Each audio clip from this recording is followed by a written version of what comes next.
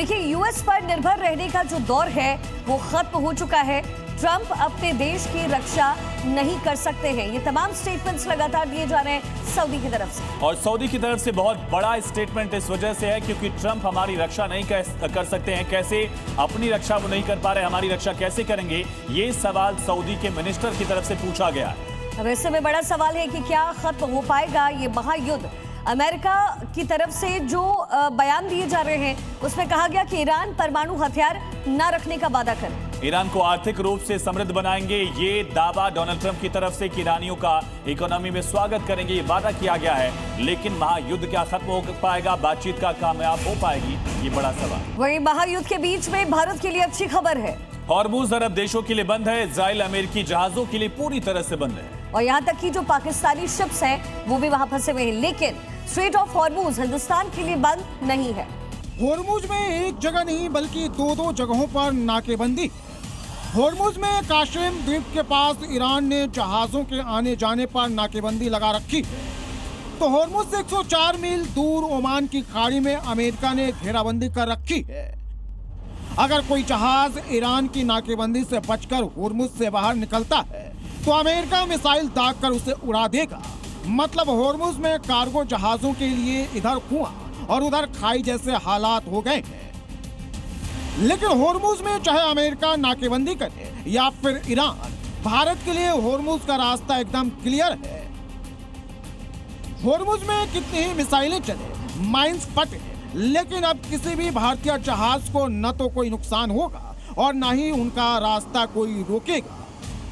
यह भारत की कूटनीतिक जीत है, भारत की विश्व गुरु वाली पहचान है। जो हॉर्मुज़ के रास्ते भारत के गैस और तेल टैंकर आ रहे हैं।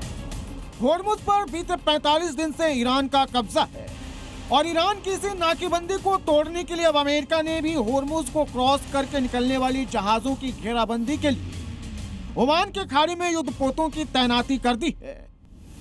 रिपोर्ट के मुताबिक इससे ईरान को रोजाना करीब 27.6 करोड़ डॉलर के निर्यात और 15.9 करोड़ डॉलर के आयात का नुकसान होगा। यानी महीने में 1.3 अरब डॉलर का आर्थिक झटका सीधे सीधे ईरान को लगेगा। अमेरिकी युद्धपोत भले ही हॉर्मुज़ से 104 मील दूर खड़े हैं, लेकिन उनके टारगेट पर हॉर्मुज़ से आने वाले जहाज ही हैं। ईरान ने अरब देश, अमेरिका और इजराइल से जुड़े जहाजों पर रोक लगा रखी है। तो अमेरिका ईरान से आने वाले जहाजों को उड़ाने की धमकी दे चुका है। ईरान के पोर्ट पर अगर गलती से भी कोई जहाज लंगर डालता है तो फिर उसे अमेरिका मिसाइल दागकर उड़ा सकता है। और अब ईरान ने अमेरिका को सीधी चेतावनी दे दी। समंदर में एक गलत मिडिल ईस्ट में युद्ध के दूसरे राउंड का बटन दबने जैसा है और इस बार जंग पहले से ज्यादा भीषण और खौफनाक होगी। ब्यूरो रिपोर्ट, ज़ी मीडिया। हॉर्मुज़ पर बीते 45 दिन से ईरान का कब्जा है और ईरान की इसी नाकेबंदी को तोड़ने के लिए अब अमेरिका ने भी हॉर्मुज़ को क्रॉस करके निकलने वाली जहाजों की घेराबंदी के लिए ओमान के खाड़ी में युद्धपोतों की तैनाती कर दी है। रिपोर्ट के मुताबिक इससे ईरान को रोजाना करीब 27.6 करोड़ डॉलर के निर्यात और 15.9 करोड़ डॉलर के आयात का नुकसान होगा। यानी महीने में 1.3 अरब डॉलर का आर्थिक झटका सीधे सीधे ईरान को लगेगा। अमेरिकी युद्धपोत भले ही हॉर्मुज़ से 104 मील दूर खड़े हैं, लेकिन उनके टारगेट पर हॉर्मुज़ से आने वाले जहाज ही हैं। ईरान ने अरब देश, अमेरिका और इजराइल से जुड़े जहाजों पर रोक लगा रखी है। तो अमेरिका ईरान से आने वाले जहाजों को उड़ाने की धमकी दे चुका है। ईरान के पोर्ट पर अगर गलती से भी कोई जहाज लंगर डालता है तो फिर उसे अमेरिका मिसाइल दागकर उड़ा सकता है। और अब ईरान ने अमेरिका को सीधी चेतावनी दे दी।